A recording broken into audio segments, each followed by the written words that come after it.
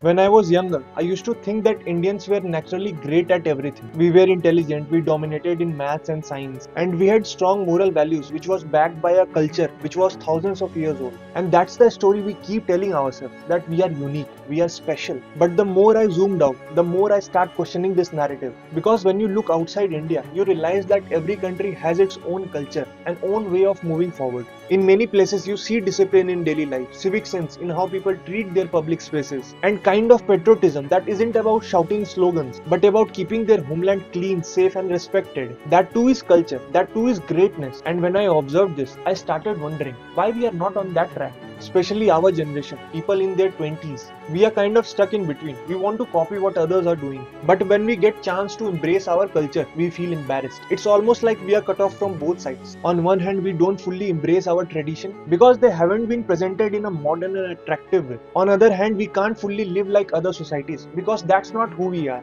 This creates confusion. Many young Indians don't know what they want, who they are, where they are going. And that's dangerous because a generation without clarity is generation without a direction. So what's the solution? I think it starts with balance. First, stop the blind hero worship and colonial hangover. Respect ideas, not just faces. Second, reclaim our culture in modern way.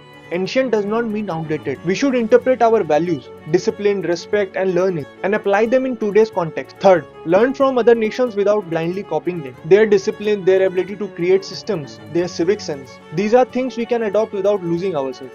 At the end of the day, our generation's mindset should be about building clarity. Not fake pride, not blind copying, but consciously picking the best of both worlds and shaping an identity which is confident, disciplined, and future oriented. Because when we zoom out, that's the bigger picture. The responsibility of redefining what it means to be Indian in 21st century lies on us.